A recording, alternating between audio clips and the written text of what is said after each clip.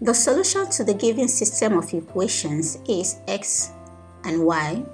What is the value of y? The equations are simultaneous equations. Therefore, we solve them together. 24x plus y is equal to 48, equation 1. 6x plus y is equal to 72, equation 2.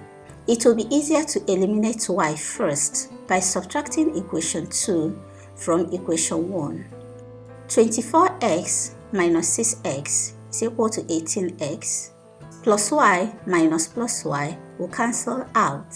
48 minus 72 is equal to minus 24. Therefore, 18x is equal to minus 24. Then, x is equal to minus 24 over 18. Reduced to its lowest term, we have 6 divided 24, 4. 6 divided 18, 3. X is equal to minus 4 over 3. Substitute x for minus 4 over 3 in either of the equations. Equation 2. 6x plus y is equal to 72, but x is equal to minus 4 over 3. Therefore, we have 6 brackets minus 4 over 3 plus y is equal to 72. Cancel common factors. 3 divide 3, 1. Divide 6, 2.